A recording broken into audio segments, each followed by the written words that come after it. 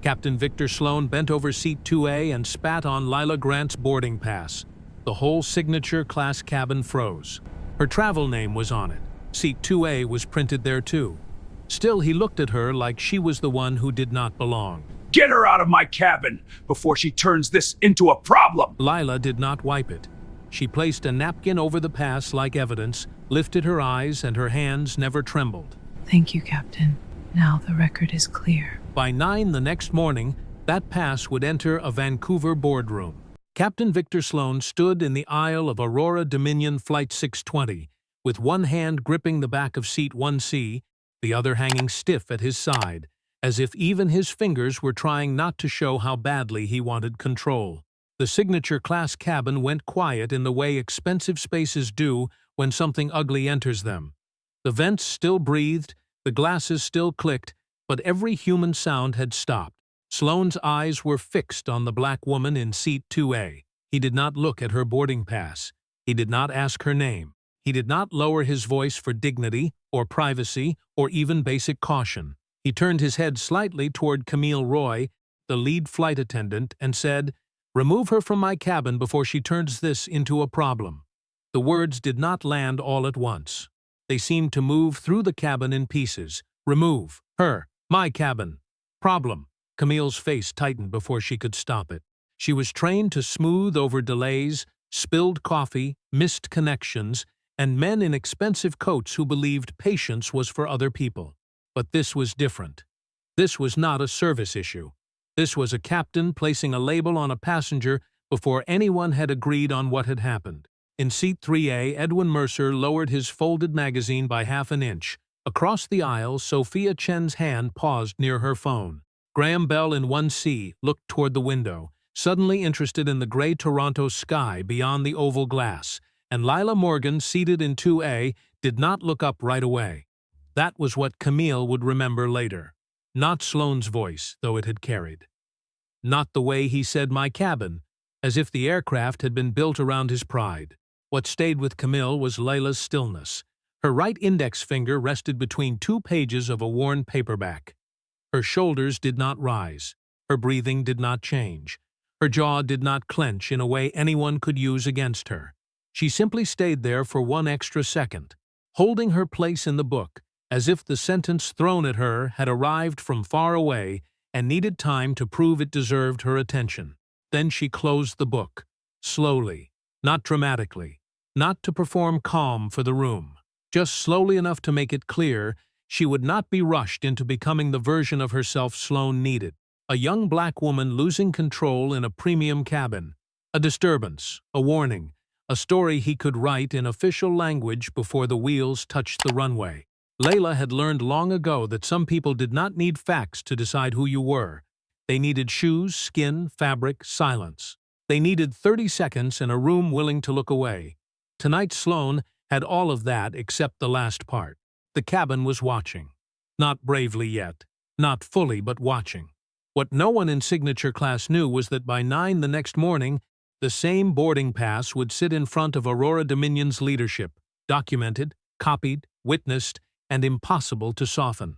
But that was later. This was still Toronto, still Flight 620, still Captain Victor Sloane, believing a uniform made his judgment complete. And still Leila Morgan in seat 2A, one hand on her closed book, lifting her eyes at last. She looked at Sloane without anger. Anger would have helped him. She looked at him with something steadier, colder, almost sorrowful. The look of a woman who had just watched a man choose the wrong door and knew he was about to keep walking. "Captain," she said, her voice low enough that people had to listen. "Before anyone removes anyone, you should be very clear about what problem you believe I created." Sloane's mouth tightened. He had expected refusal. He had expected fear. He had expected noise. He had not expected precision. And precision in a room built on assumption has a way of sounding like a threat. 90 minutes earlier, none of it had happened yet. There was no captain standing in the aisle, no frozen cabin, no sentence sharp enough to divide a room in half. There was only Toronto Pearson, gate D38, and the tired impatience of people who had paid extra to believe inconvenience belonged to someone else. Aurora Dominion Flight 620 to Vancouver had been delayed for a secondary fuel sensor calibration issue. Not dangerous, the gate agent said, just procedural. But time was exactly what the signature class passengers believed they had purchased protection from. Watches lit up, phones tilted toward faces. Messages appeared and disappeared under thumbs moving too hard against glass. At the edge of the priority lane, Captain Victor Sloane stood with his tablet tucked beneath one arm, watching the boarding area the way some men watch weather they do not trust. He was 56, American by birth, Canadian-based by contract, with 28 years in commercial cockpits and the stiff posture of a man who had spent most of his adult life being obeyed before he finished speaking. Earlier that morning, operations had called him about his crew interaction rating. Down again. Second quarter in a row. The new leadership wanted him to complete a passenger dignity standards refresher before the end of the month. Sloane had listened in silence, feeling insult collect in him like pressure behind sealed glass. He had landed aircraft through brutal crosswinds and carried important passengers through emergencies younger pilots still talked about. He did not need a training module to teach him dignity. That was what he told himself. What he did not tell himself was that technical excellence can hide a moral laziness for years if enough people are afraid to name it. Leila Morgan boarded early under the name Leila Grant. No assistant, no leather roller bag, no jewelry announcing a net worth. She wore a charcoal hoodie, dark jeans, old white sneakers, and her hair braided neatly back from her face. A canvas tote hung from one shoulder, soft at the corners from use. She moved through the cabin with the quiet ease of someone used to premium spaces, but not dependent on them for identity.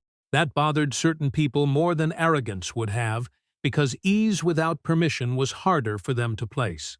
She reached seat 2A, placed her tote in the overhead bin, slid into the window seat, and exhaled once as if she had finally found a few feet of quiet. Sloane watched from the cockpit doorway. A man in a gray suit passed him at row 1. Sloane nodded. An older couple settled near row 3.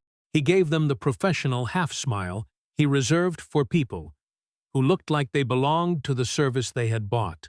Then his eyes reached Leila and stayed there a beat. Too long hoodie, canvas bag, worn sneakers, no watch he noticed. No visible markers that fit the story he carried about signature class. He did not check the manifest. He did not ask Camille Roy whether the passenger in 2A had boarded correctly. He looked, and looking became judgment before information had a chance to enter the room. Camille noticed. She had worked with Sloane long enough to know the difference between a glance and an assessment.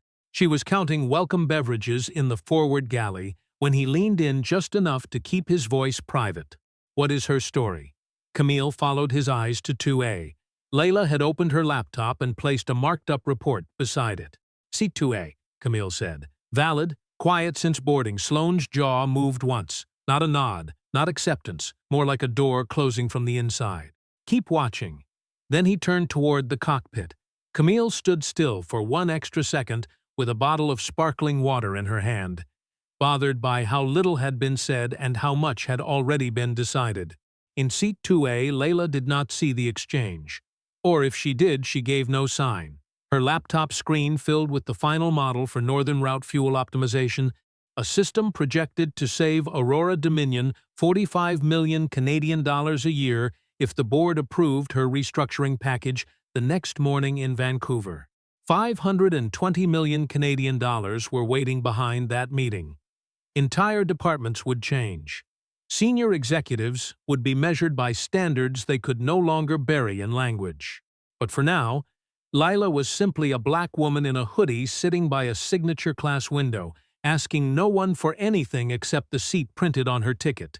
By the time Camille Roy began her final cabin check, Flight 620 had settled into that narrow pause before departure when everyone pretends patience has returned. Bags were closed. Coats were folded over knees.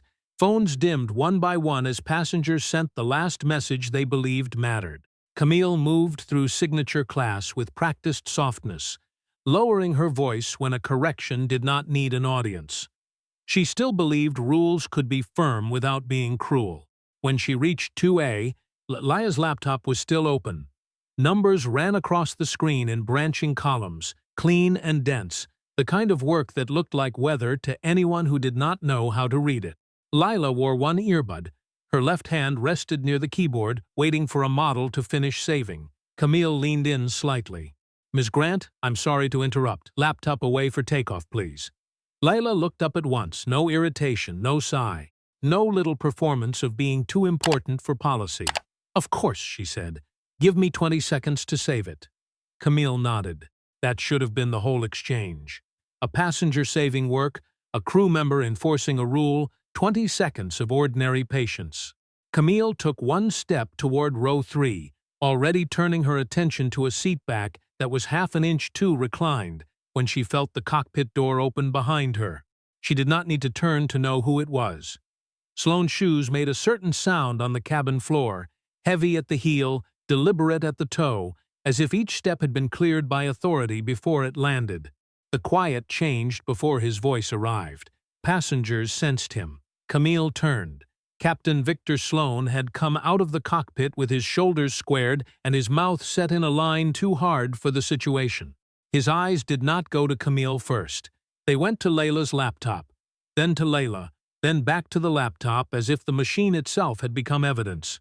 "When my crew gives an instruction," he said, "you follow it. Not when you feel ready." The cabin tightened. Camille felt heat rise under her collar. She had not called him. She had not needed him. Leila removed one earbud with 2 fingers and looked at him fully for the first time. She did not shrink under the uniform. She did not widen her eyes or rush to explain herself. She simply met him where he stood. "I heard your flight attendant," she said. "I'm saving the file and stowing the laptop." Her voice held no challenge, which somehow made Sloane hear one. Anger he understood, fear he understood, but precision left him no easy handle. It forced him to answer what had actually happened, not what he wanted to say had happened. Camille stepped closer. "Captain, she's complying." Sloane did not look at her. "I can see what she's doing." Leila saved the file. The small progress window disappeared. She closed the laptop, slid it into her tote, and placed the tote beneath the seat in front of her. Every movement was clean. No hesitation, no drama. Still, Sloane remained in the aisle as if he had caught something and needed the room to acknowledge it. In seat 1C, Graham Bell leaned toward the man beside him and muttered, "This is why premium cabins need standards." He did not use a forbidden word. He did not need one. The sentence carried its meaning in the pause before standards. Camille heard it and looked down at her tablet. Edwin Mercer heard it and lowered his magazine another inch. Sophia Chen heard it and stopped pretending she was reading the safety card. Leila heard it too. Of course she did. She had spent enough of her life hearing polished words carry unpolished intent. She looked from Graham back to Sloane. "A rule is not the problem, Captain," she said. "Selective enforcement is." For a moment, no one moved. Sloane's face did not change much, but something behind his eyes hardened. The laptop was away. The rule had been followed. The aircraft could depart. Yet in his mind the file had already been opened. Seat 2A. Passenger watched. Possible attitude. Possible issue. He turned without another word and walked back to the cockpit. The door clicked shut behind him, with a sound smaller than the silence he left behind. The seatbelt sign blinked off somewhere over Ontario, and the cabin released the breath it had been holding since takeoff. With the aircraft level at cruise and the first officer monitoring the flight deck, Sloane had room to step out again. Small movements returned first. A buckle clicked. A glass shifted against a tray. Someone in row 3 opened a tablet with the careful impatience of a person already behind schedule.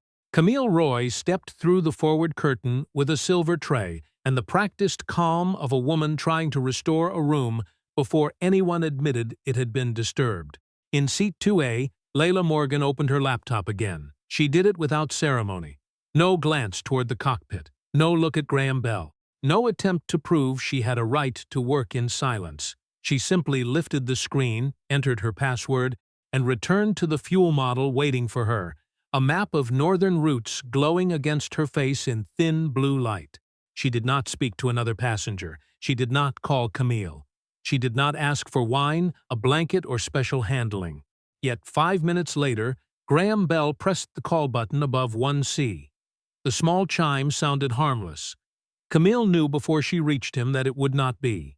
Graham sat angled toward the aisle, one hand resting over his expensive watch, his mouth arranged into the tired displeasure of a man who believed discomfort proved someone had failed him. "I paid for a quiet, premium environment," he said when Camille leaned close. "Some passengers don't seem to understand how this cabin works." Camille kept her expression smooth. "Has something specific happened, Mr. Bell?" Graham looked past her shoulder toward 2A. Not directly enough to be honest, but not subtly enough to be missed. "It's the atmosphere," he said. "People can feel it." Camille waited. She had learned that silence sometimes forced people to give shape to what they were trying to leave shapeless. Graham gave her nothing. No noise complaint, no rude word, no behavior. Just atmosphere, the most convenient kind of accusation. Camille straightened. "Ms. Grant has been quiet since boarding." Graham smiled without warmth. "That's not really the point, is it?" Across the aisle, Edwin Mercer lowered his magazine until the top edge rested against his chest. Sophia Chen in 4C reached into the pocket beside her seat and brought her phone into her lap, screen dark, camera ready. Camille walked back toward the galley, with the complaint sitting in her hands like something sticky. She should have let it die there. She knew that even then, but Captain Sloane stood near the cockpit door, watching her return, and the question was already in his face. "Bell says the cabin feels uncomfortable," Camille said carefully. "No specific conduct, no actual violation." Sloane heard only the first half. Of course he did. A complaint, however vague, had arrived dressed in the clothing of confirmation. He had suspected a problem in 2A, and now someone with the right cuff links had given that suspicion permission to stand up. He moved before Camille finished speaking. Leila saw his shadow before she saw him. It fell across her laptop screen, cutting through the route map like a storm front. She looked up slowly. Sloane stood too close. Not close enough to touch her, but close enough to make the space feel borrowed from him. "We've received a comfort complaint," he said. Lila's eyes moved once toward Graham, then back to the captain. "From whom, and about what?" "That's not your concern." "Then you are asking me to accept a penalty without naming an offense." Her voice did not rise. It settled. That made several heads turn. Camille stood frozen near the aisle, tablet pressed lightly to her ribs, feeling the old pressure of hierarchy push against the simpler truth in front of her. Edwin Mercer closed his magazine fully. Sophia's phone lifted a fraction, still low enough to look accidental. Sloane leaned down, lowering his voice in a way meant to sound private while still allowing the nearest seats to hear. "People like you always make simple things harder." The sentence changed the air. Not loudly. Not with the shock of a shouted insult. It entered quietly, carrying all the things men like Sloane believed they had hidden inside softer language. "People like you, not passengers like you, not travelers like you, people." Leila looked at him for one long second. Then she said, "Clear enough for row 4. Say that clearly, Captain. Let everyone hear what you mean." Sloane did not repeat it. His jaw tightened. His eyes flicked toward Edwin, then Sophia, then Camille, then back to Leila. For the first time since boarding, he seemed aware that the cabin was not merely watching him. It was recording him in memory, in posture, in breath, and maybe in pixels. "Close the laptop," he said. "We'll discuss seating options." Leila did not touch the keyboard. "My laptop is permitted at altitude. My ticket is valid. I have disturbed no one." Graham Bell shifted in 1C, irritated now that his discomfort had been asked to produce evidence. Sloane straightened, but the sentence he had not repeated remained in the cabin after him, heavier than if he had shouted it. Because everyone had heard enough to understand, and everyone had watched him choose not to say it again. Captain Victor Sloane returned to the cockpit and closed the door with more care than the moment deserved. That was the first sign he knew he had gone too far. Men certain of themselves rarely close doors that gently. He sealed himself inside the cockpit, sat down, checked an instrument panel he had already checked twice, and said nothing to the first officer for nearly a full minute. The aircraft held steady over the long white sweep of Canada below, calm in every mechanical sense, while something inside Sloane kept climbing. Seat 2A had obeyed the laptop rule. Seat 2A had not raised her voice. Seat 2A had produced no violation he could name without sounding foolish. That was the problem. He had called her difficult in his mind before she had done anything difficult, and now the facts refused to cooperate with him. A better man might have stopped there and landed in Vancouver with nothing worse than a bruised ego. Sloane was not that man. To admit Leila Morgan had done nothing wrong would mean admitting his first judgment had been built on something uglier than policy. So he reached for the one tool that had saved men like him for years: official language. 30 minutes later, with the aircraft steady at cruise and the first officer handling the flight deck, Sloane left the cockpit again and returned to signature class. This time he did not approach Camille first. He did not lean toward Graham Bell. He did not ask Edwin Mercer what he had seen, or Sophia Chen why her phone now rested face-up in her lap. He walked to the center of the aisle in signature class and planted himself there as if the carpet beneath him belonged to his name. "We have a passenger conduct issue in signature class," he announced. The words moved backward through the cabin, polished and poisonous. Passenger conduct issue. Anyone outside the moment would hear danger. They would imagine shouting, threats, refusal, maybe something physical. That was the power of the phrase. It arrived wearing authority before truth could get its shoes on. Leila looked up from her laptop. Her face did not change, but her fingers stopped moving. Edwin Mercer stood slowly from 3A, not with panic, not with outrage, but with the deliberate steadiness of a man who had spent a lifetime refusing bad records before they became permanent.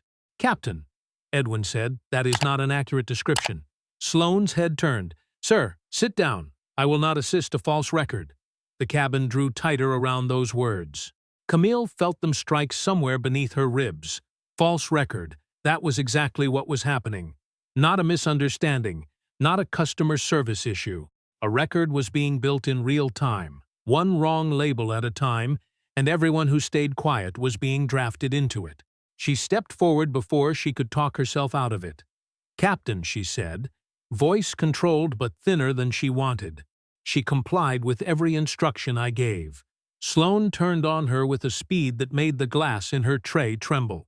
"One more word and you'll be explaining your conduct after landing." Camille stopped. The threat was not dramatic. That made it worse. It sounded procedural, almost boring, the way careers are damaged in offices with closed doors and polite emails. She looked at Leila, then down at her tablet. Silence took her, but it did not protect her. It only made her aware of which side of the aisle she was standing on. Sloane faced Leila again. "Gather your belongings. We're moving you to an open seat near the rear of the aircraft." Leila remained seated. For what reason? De-escalation. The word came out clean, too clean. Leila looked past him once toward Graham Bell, whose eyes had dropped to the menu card in his hand, then back to Sloane. "You are moving the person who did not create the problem." A murmur went through the cabin before anyone could stop it. Sloane heard it and mistook the sound for loss of control. This is now a security concern. Sophia's phone lifted another inch. Edwin did not sit down. Camille's lips parted, then closed again, but the shame on her face had become visible. Leila closed her laptop without breaking eye contact. De-escalation is not the same as making the quieter person disappear. For one suspended second, even Sloane seemed to understand the sentence would outlive him. Then pride stepped back in. It always did. "Your bag," he said. Now, he reached toward the overhead compartment above 2A, and the cabin held its breath because everyone understood, at the same time, that a line was about to be crossed, and no one in authority was choosing to stop him. Sloane's hand reached the latch above 2A, and the overhead bin opened with a soft mechanical click that sounded far too ordinary for what it meant. Until that second, he had still been operating inside language, passenger conduct, de-escalation, security concern, words with smooth edges, words that could be entered into a report and polished later by people with offices. But the moment his hand moved toward Leila's canvas tote, the situation changed shape. He was no longer managing a cabin. He was reaching for her property. Leila stood, not quickly, not with the kind of movement a frightened person makes when panic gets ahead of thought. She stood with both feet steady beneath her, one hand rising to the strap of the tote before his fingers closed around it. "That belongs to me," she said. The cabin seemed to lose sound. Even the vents felt quieter. Sloane looked at her hand on the bag as if it were an act of rebellion instead of a person marking the edge of what was hers. In his face, something small and ugly tightened. He had wanted fear. He had wanted surrender. He had wanted her to gather her things because his voice had made it inevitable. Instead, she stood there in her charcoal hoodie, calm as a locked door, asking nothing more than that he stop touching what did not belong to him. That was what broke him. Not danger. Not disorder. Not any threat to the aircraft. Her refusal to shrink. His morning came back to him in flashes he would never admit to anyone. The ratings call, Graham Bell's complaint, Camille correcting him, Edwin standing, Sophia recording, Leila looking at him without fear. He could still have stopped. He could have released the tote, stepped back, and let pride bleed quietly behind the cockpit door. Instead, Sloane lowered his hand from the bin, looked down at the tray table where Leila's boarding pass lay beside a half-full glass of water, and spat onto it. The sound was small. That made it worse. No dramatic crash, no raised hand, just a brief wet mark on a printed ticket with her travel name, her seat, and the proof that she had every right to be there. The boarding pass did not move. It simply lay under the cabin lights, transformed from paper into evidence. Camille's hand went to her mouth before training could stop it. Edwin Mercer stood fully now, the magazine slipping from his fingers onto the seat behind him. Sophia Chen's phone was up, steady, recording. Graham Bell looked away toward the window, his face drained of the satisfaction he had carried minutes earlier. Whatever he had meant by standards, he understood this was no longer something he could hide inside that word. Leila did not cry. She did not curse. She did not look around for sympathy. Her eyes lowered to the boarding pass for 1 second, no more. The smallest change moved across her face. Not shock, not weakness, but a tired recognition so old it almost looked like grief. Then she reached for a napkin from the side of her tray, unfolded it once, and placed it over the boarding pass with careful hands, the way someone covers an item before it is preserved. She looked back at Sloane. "Thank you, Captain," she said. "Now the record is clear." The sentence struck him harder than outrage would have. He saw it then, not fully, not with the honesty needed to become a better man, but enough to feel the floor shift beneath his authority. She was not responding like someone he had broken.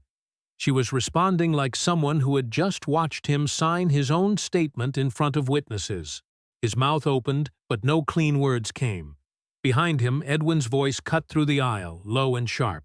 "Captain Sloane, step away from the passenger's property." Camille still had not moved. Tears had not fallen, but they had gathered in her eyes, bright with shame and disbelief. Sophia's camera caught the napkin, the pass beneath it, Sloane's hand hanging uselessly at his side, Leila standing straight beside seat 2A. The entire cabin understood something had crossed from tension into proof.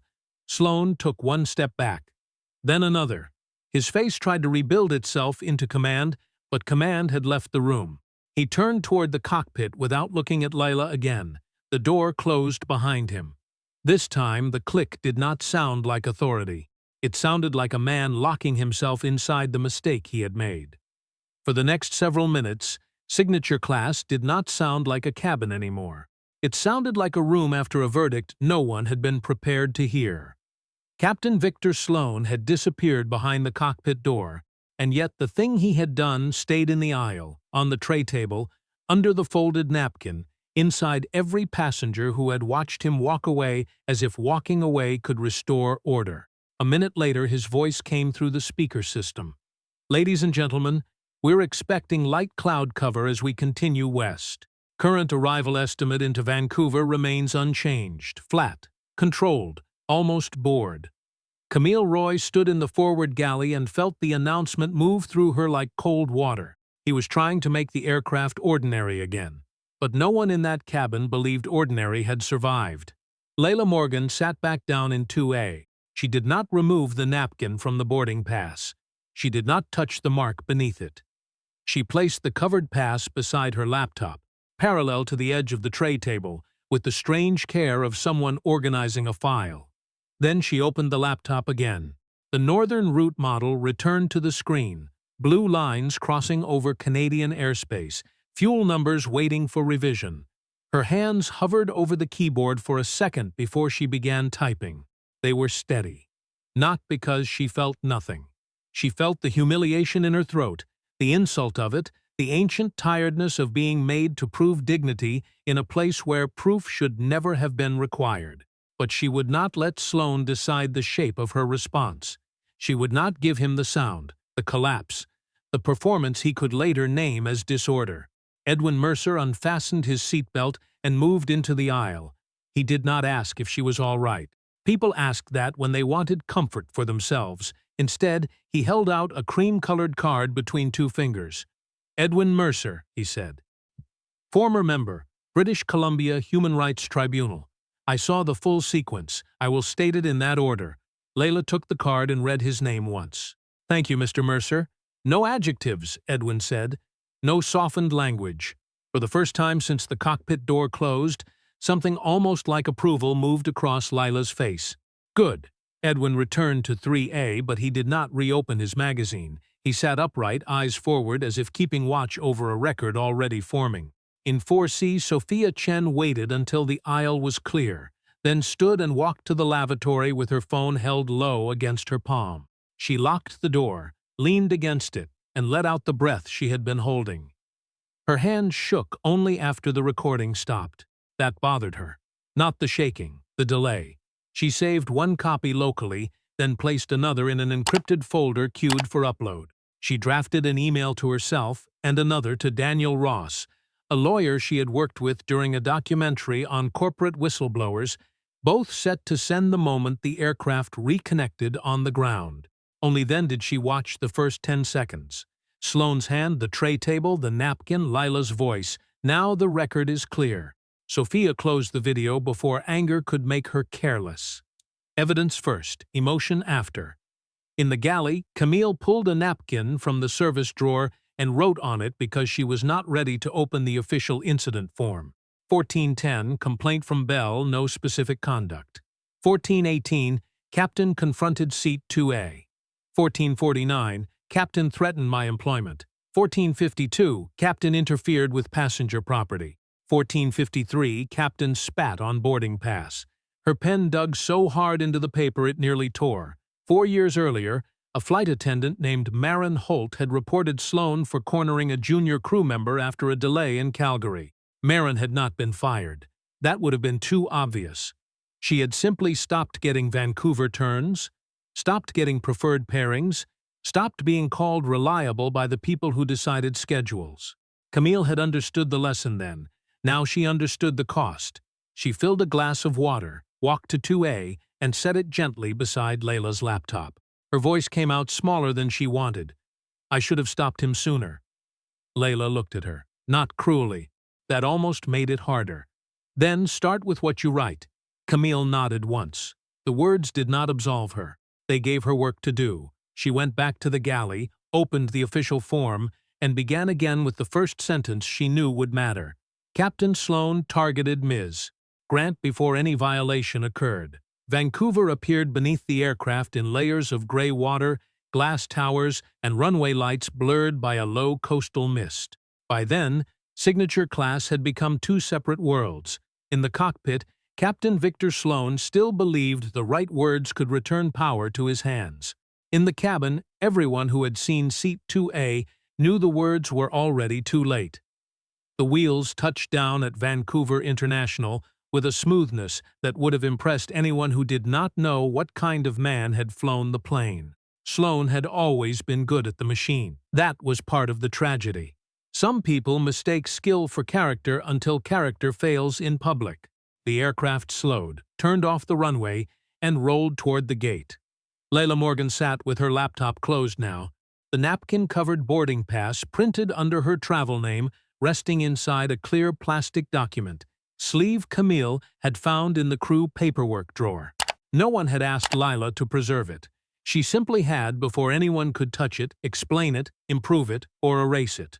The seatbelt sign was still on when Sloane's voice filled the cabin. "Ladies and gentlemen, due to a security concern involving a passenger in Signature class, All passengers will remain seated. A murmur moved backward through the plane. In economy, people who had missed everything began looking around, uneasy. In signature class, no one had to ask who he meant. Camille's hand tightened around the jump seat harness across her lap. Security concern. There it was, the frame before the facts. The word meant to meet airport authority officers at the door and tell them what to believe before their eyes could decide otherwise. Leila looked out the window as the gate crew guided the aircraft into place. Her reflection stared back from the dark glass, calm, tired, exact. "He's naming it first," Edwin Mercer said softly from 3A. Leila did not turn. "Then we name it in order." The aircraft parked. The jet bridge connected with a dull thud. The forward door opened, and two Vancouver Airport Authority officers stepped inside with an RCMP liaison waiting near the jet bridge. The first was Officer Daniel Price from the Airport Authority, broad-shouldered, mid-40s, careful in the way people become when they walk into a story already half told. Behind him came Officer Maya Collins, younger, observant, her eyes moving across faces instead of uniforms. Sloane emerged from the cockpit before Camille could speak. He pointed toward 2A, not at the boarding pass, not at the napkin, at Leila. That passenger refused repeated crew instructions and created a hostile environment. Edwin Mercer was on his feet before the officers reached row 2. "That statement is false." Price paused. Collins looked at him. Edwin held out his business card, not dramatically, just firmly enough to change the room's temperature. Edwin Mercer, former member of the British Columbia Human Rights Tribunal. I occupied seat 3A for the relevant sequence. The passenger in 2A complied with the laptop instruction. A vague comfort complaint was made without a named action. Captain Sloane used the phrase, "people like you." He threatened his lead flight attendant when she corrected him. He interfered with the passenger's property. Then he spat on her boarding pass. Sloane's face hardened. "That is not the full context." Sophia Chen stood in 4C. "I have the full video." Her phone was already unlocked, the file ready, her thumb hovering but not shaking. Camille stepped into the aisle. Her voice was quiet, but this time it did not break. "Captain Sloane threatened my job when I tried to correct him." That was the moment the officer's posture changed. Not softened, clarified. Officer Collins looked toward Leila, then at the plastic sleeve on her tray table. "Mom, we'd like to take statements from everyone involved." "Of course," Leila said. Sloane looked almost relieved, still believing procedure would become shelter. He had 28 years with Aurora Dominion. He had union representation. He had a record full of safe landings. Somewhere inside him, he still believed the company would translate what happened into something survivable. He did not understand that translation had already failed at the door. In an airport authority interview room near the gate, statements were taken under fluorescent lights. Edwin spoke in sequence. Sophia transferred a copy of the video. Camille submitted the first version of her notes. Sloane repeated security concern 3 times, each time with less force. Leila said little. She answered only what was asked. When it was over, she stepped into the terminal and stood near the tall window overlooking the wet runway. Travelers moved around her with coffee, garment bags, and tired faces, unaware that a $500 million decision had just changed shape beside gate D14. Leila took out her phone and called Talia Nguyen. "Freeze the signing package. Boardroom at 9. Pull every complaint connected to Sloane, every closure note from passenger relations, and every memo with the word continuity in it." Talia was silent for 1 beat. "Do they know who you are?" Leila watched an Aurora Dominion aircraft taxi through the mist. "No," she said. "Let them tell the truth before they know the cost." Sophia Chen did not post the video from the terminal. That mattered later, though no one at Aurora Dominion understood why at first. She sat alone near a closed cafe in Vancouver International, with her coat folded across her lap, and watched the raw footage twice, not because she wanted to relive it, but because she needed to know exactly what she was holding. The clip had faces in it, a private message reflected in a window, and Camille Roy's employee badge visible for 3 seconds. Sophia trimmed none of the truth, but she removed what did not belong to the truth. She blurred a passenger's email. She cut the reflection. She kept the sequence intact. Graham Bell's complaint, Sloane's shadow over 2A, the phrase people like you, Edwin Mercer standing, Camille trying to speak, Sloane reaching toward the overhead bin, Leila's hand on the canvas strap, then the boarding pass on the tray table, the small sound, the napkin, Leila's voice, calm enough to make the blood rise in anyone watching. Thank you, Captain. Now the record is clear. Sophia wrote the caption in one line, Aurora Dominion Flight 62, Seat 2A. Watch the sequence before you read any statement. She tapped post at 7:12 p.m. Pacific time, then set the phone face down because she did not want to watch the world arrive. It arrived anyway. First in vibrations, then in calls, then in the strange silence that happens when numbers stop feeling like numbers. By midnight, the video had crossed 500,000 views. By morning, Flight 620 was trending across Canada. By then, the phrase people repeated most was not Sloane's. It was Leila's. Now the record is clear.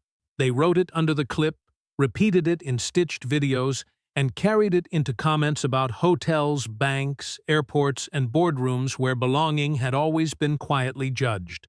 What held people was not only what Sloane did, it was what Leila did not give him afterward. No shouting, no pleading, no collapse. Just a napkin placed over a document like Evson's steady voice unbroken. At Aurora Dominion headquarters in Vancouver, CEO Martin Keane was woken at 12:18 a.m. by a call from communications. He listened without sitting up at first, because crisis had always sounded to him like something that could be managed by sequence. Assess, acknowledge, investigate, settle. Then his communications director said 3 corporate travel clients had requested written safety assurances before morning, accounts worth roughly 210 million Canadian dollars a year. Analysts were already warning that Aurora Dominion shares would open sharply lower. Martin sat up then. At 1:30 a.m., Aurora Dominion released the statement that would make everything worse. Aurora Dominion Airways is aware of an incident involving Flight 620. The crew member involved has been placed on paid administrative leave pending review. We are committed to a safe and welcoming travel experience for all guests. Paid administrative leave. Those 3 words did what Sloane's silence could not. They told the public the company still saw him as an employee to protect, before it saw Leila as a person harmed. By 2, the phrase had become a second fire. Elaine Porter, Director of Passenger Relations, was already on the phone by then, speaking in a low voice from her kitchen with a laptop open and the video paused on the napkin. Do not use the word humiliation, she told a regional supervisor. Frame it as an unprofessional gesture toward a travel document during an escalated service interaction. The supervisor hesitated. Elaine, he spat on her boarding pass. I know what the public thinks it saw, Elaine said. Our job is to preserve context, what she forgot, because people who massage truth often forget the systems built to protect them, was that Aurora Dominion recorded internal crisis calls. Every word entered the archive. Across the city, Camille Roy sat at her own kitchen table at 2:40 a.m., still in half her uniform, her hair unpinned, her hands wrapped around a mug she had not touched. The official report form glowed on her screen. She stared at the first blank box for a long time. It would have been easy to write the safer version. Tension escalated. Passenger refused relocation. Captain attempted resolution. Words like carpet over broken glass. Camille put her fingers on the keyboard and chose not to help. She wrote, Captain Sloane targeted Ms. Grant before any violation occurred. She wrote, he used a passenger's coded complaint as justification. She wrote, I stayed silent after he threatened my job. That silence was wrong. Then she clicked submit. Nothing in the kitchen changed. The fridge still hummed. The street outside stayed dark. But Camille leaned back and closed her eyes, and for the first time since Toronto, she did not feel like she was carrying Sloane's lie for him. The boardroom at Burrard Harbor Center looked almost too clean for what it was about to hold. 42 floors above Vancouver, morning light moved across the faces of people who had not slept enough to pretend well. Martin Keane sat at the head of the table in a navy suit and a crisis expression he believed looked like leadership. Elaine Porter sat 2 seats down with a legal pad full of phrases that had saved her before. Context, isolated incident, procedural ambiguity, pending review. Captain Victor Sloane sat near the wall, not at the table, but close enough to feel he still belonged in the room. He had arrived with his union representative, his shoulders squared, his face pale but stubborn. 28 years of safe landings sat behind him like armor. He still believed that mattered most. Then the door opened, and Leila Morgan walked in. She no longer wore the charcoal hoodie. She wore a simple dark suit, no bright jewelry, no theatrical entrance, nothing designed to make the room admire her before it feared her. Her hair was pulled back. Her expression was composed. In one hand she carried a clear evidence sleeve. Inside it was the boarding pass from seat 2A, covered by the folded napkin Camille Roy had placed over it on the aircraft. Talia Nguyen entered behind her and set 4 folders on the table, one after another, without drama. The first held 7 complaints connected to Captain Sloane over 9 years, most closed with the same phrase, coaching conversation. The second held 14 passenger bias files from Elaine Porter's department, left under review until the people who filed them grew tired of asking. The third held Martin Keene's memo instructing senior staff to reduce escalation during restructuring to protect brand continuity. The fourth was thinner than the rest. That made everyone look at it longer. The unsigned $520 million restructuring package. Leila remained standing for a moment. For clarity, she said, I represent Northbridge Equity Group. As of last quarter, Northbridge controls 57% of Aurora Dominion's voting rights. No one moved. Martin's face changed first. Not much, but enough. The muscles around his mouth lost their confidence. Elaine looked down at her legal pad as if the right phrase might still be hiding there. Sloane stared at Leila with the stunned anger of a man realizing the person he tried to remove had been holding the room all along. Leila sat. That is not why I deserved respect yesterday, she said. My title did not make my seat valid. My voting rights did not make my name real. The boarding pass did. She placed the evidence sleeve in the center of the table. I am not here to ask whether Captain Sloane feels remorse. This room does not need his feelings to understand its obligations. Sloane shifted. His representative touched his sleeve, a warning to stay quiet. Leila opened the first folder. When did this company first learn he used authority this way? Martin looked at the folder, then at Elaine. Elaine began, There is important context around historical service interactions. Talia tapped a key on her laptop. Elaine's own voice filled the room from the archived call, Do not use the word humiliation. Frame it as an unprofessional gesture toward a travel document during an escalated service interaction. The audio stopped. No one asked how they had obtained it. Everyone knew. The company had recorded itself. That was the trouble with systems built to manage truth. They often preserved the evidence better than the people telling it. Leila turned one page, then another.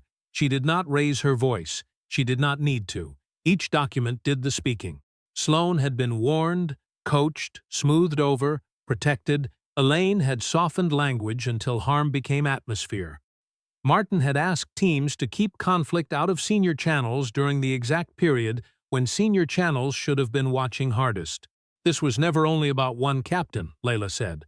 One man can be cruel. A system decides whether cruelty feels safe. By noon, the decisions had begun, not as a scene, not as revenge, but as procedure finally pointed in the right direction.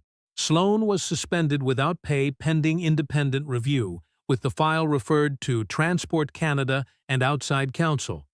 Elaine Porter was removed from passenger relations for interfering with the reporting process. Martin Keene was asked by the board to resign during the restructuring transition.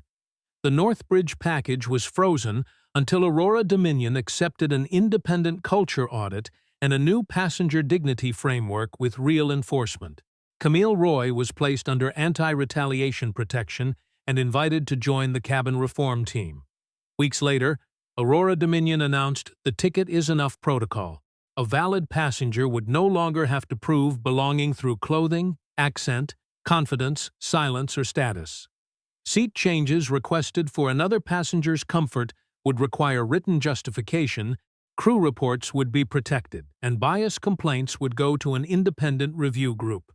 The training would teach not only rules, but the moment when order becomes a mask for unfairness. A month after Flight 620, Leila boarded another Aurora Dominion flight in Calgary. The aircraft was quieter, newer, washed in clean morning light. A young flight attendant scanned her pass, looked at the screen, then smiled with ordinary professionalism. "Welcome aboard, Dr. Morgan. Seat 2A is ready for you." No panic, no exaggerated apology, no sudden performance of respect because power had been recognized. Just the correct tone, the correct name, the correct seat. Leila took the boarding pass back and looked at it for half a second longer than most people would. Then she smiled, small and private, and walked down the aisle. Respect should not begin when a title appears. It should begin when a person does. If Leila's calm in Seat 2A stayed with you, like this video, subscribe, and stay for the next story. Which moment would have made you speak up, and where are you watching from? Comment below.